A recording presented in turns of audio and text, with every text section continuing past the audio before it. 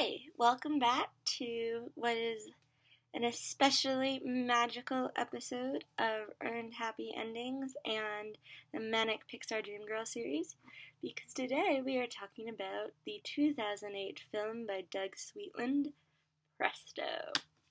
I hope you got a chance to watch it along with having a lovely week. And if you got the chance to watch it with commentary, all the better. That is my gift to you, I hope, because it's just a treat to watch. So we are going to jump right in and talk about Presto and talk about its introduction and how they set things up. Then we're going to take a break and talk about the action like we've been doing every week. So thank you for sticking with me as always. Leave your comments below, and hey, let's just jump in this week. No meaningless banter on my part. Okay, so when you're thinking about Presto, I want you to think about three things at the very beginning, which is the fact that it takes the basic structure that they learned in Knick Knack, the emotional complexity that they learned in Lifted, and then adds character relationships to make it a more polished whole. So it takes these earlier examples and builds upon them, but learns from them to make a pretty brilliant movie. So,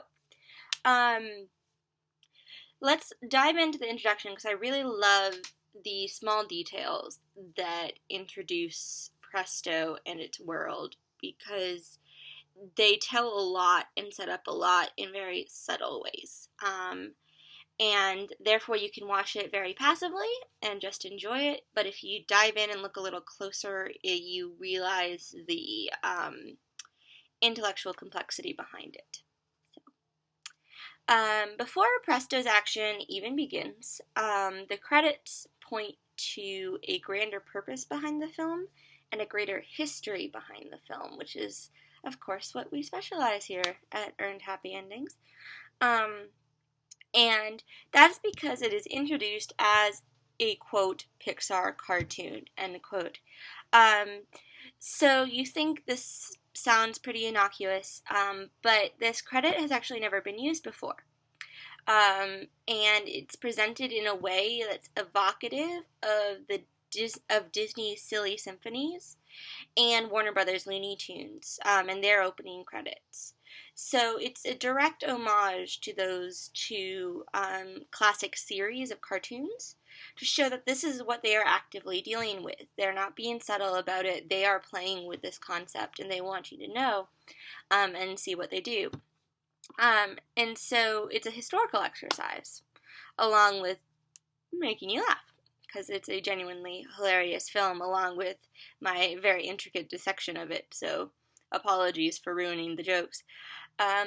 But director Doug Sweetland uses and alters traditions in this film to make a comedy, and it turned out to be very distinctively Pixar while still honoring the past.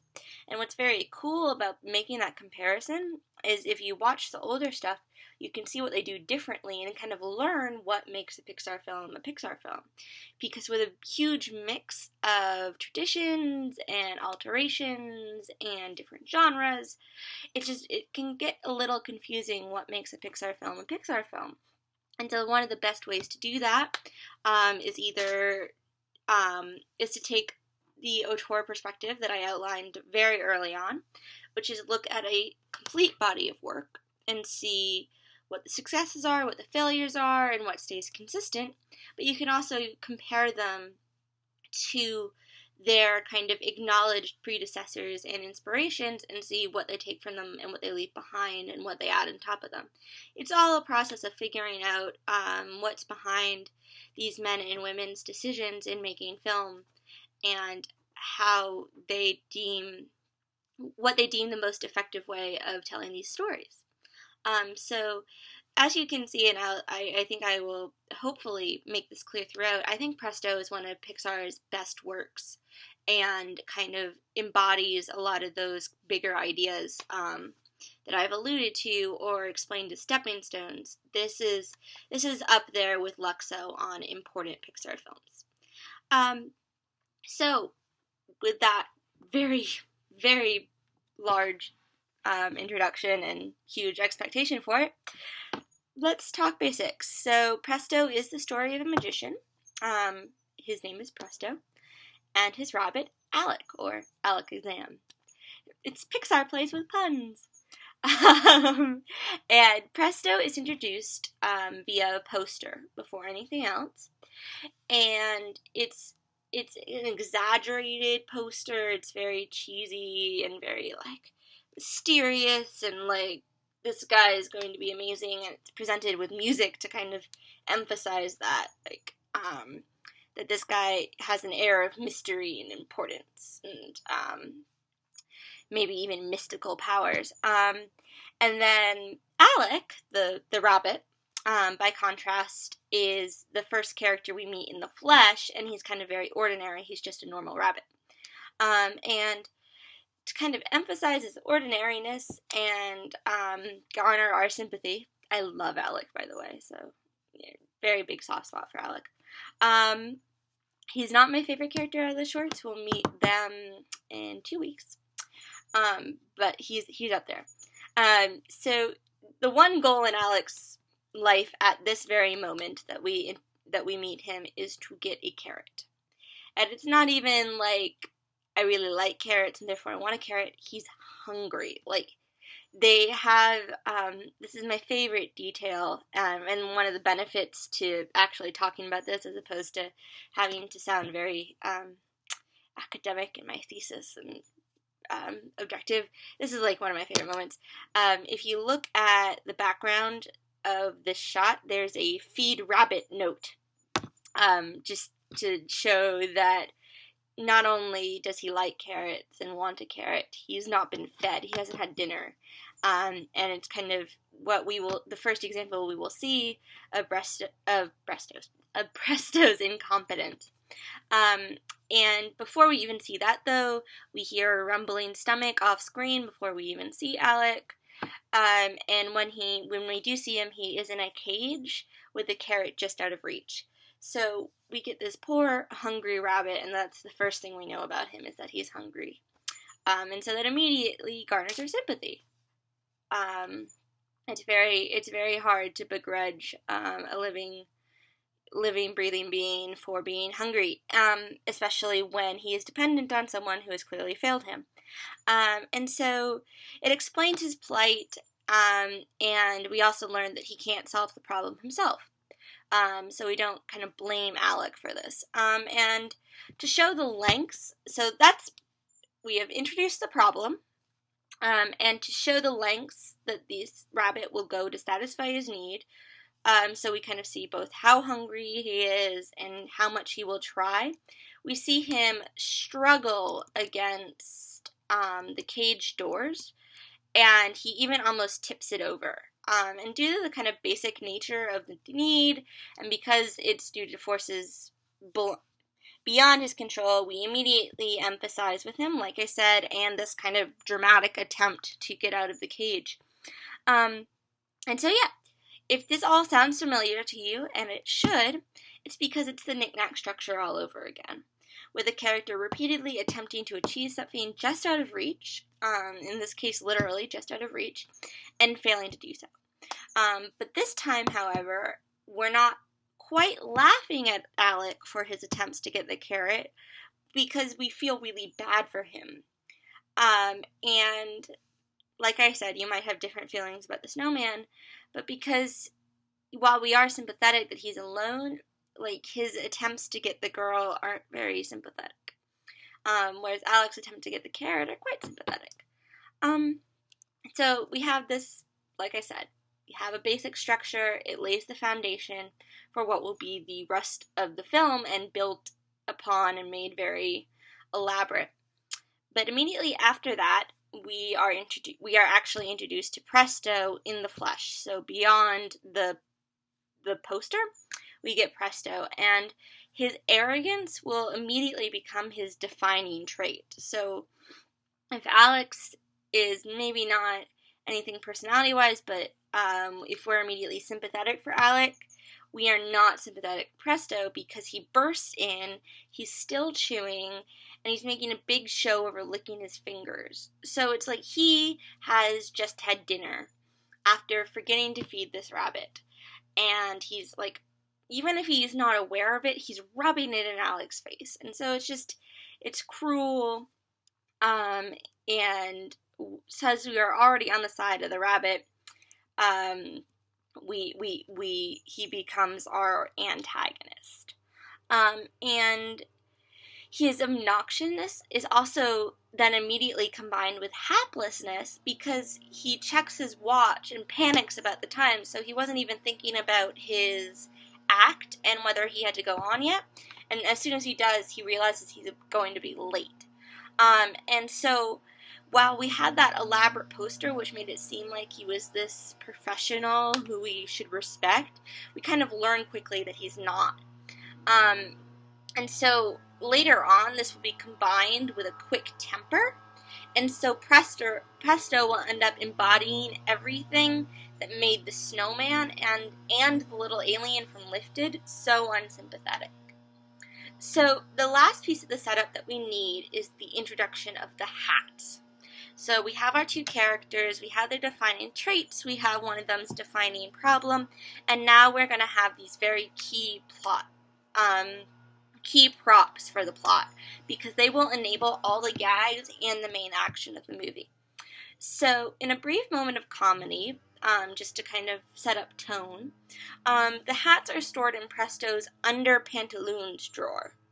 So it's a play on the familiar concept of hiding things in your underwear drawer, along with an added moment of pretentiousness to help define Presto further, and again, a bit of a crude gag, but creative enough to be funny, and not kind of a cheap gag. We meet the hats. So after all that, we meet the hats, and we get this really appropriately dramatic introduction to the hats, because Presto stares at them as they glow with kind of wonder, and he has this glint in his eye. He basically almost worships these hats. And that's important because as Sweetland, like I said, the director, Doug Sweetland, points out in the commentary, these hats are actually the only magic Presto actually possesses. I think I said actually twice there, I'm sorry. For the grammar experts out there, I know I slipped up. So these are the only magic Presto actually possesses. So he's kind of a fraud. All he has are these hats. And without them, he would be nothing. And so that's why they matter so much to him, and why he basically almost worships them. And so with this raises our expectations, so now we want to see what is exactly so special about these hats. They come up with a very expert way of introducing them, because one of the key things in film is you have to figure out how to explain things without kind of revealing that you're explaining things and becoming kind of irritating.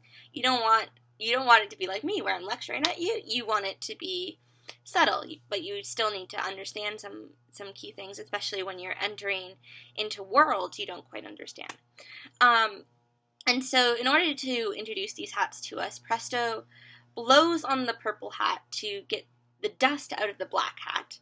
And in order to kind of finish the job, he sticks his hand in to dust off the rim with a handkerchief. So that's my very convoluted explanation of these hats. But when you actually watch it, the gag is slow and it's patient, and it has a twofold purpose. Because the story justification is that we get to see Presto handle these hats with obsessive care.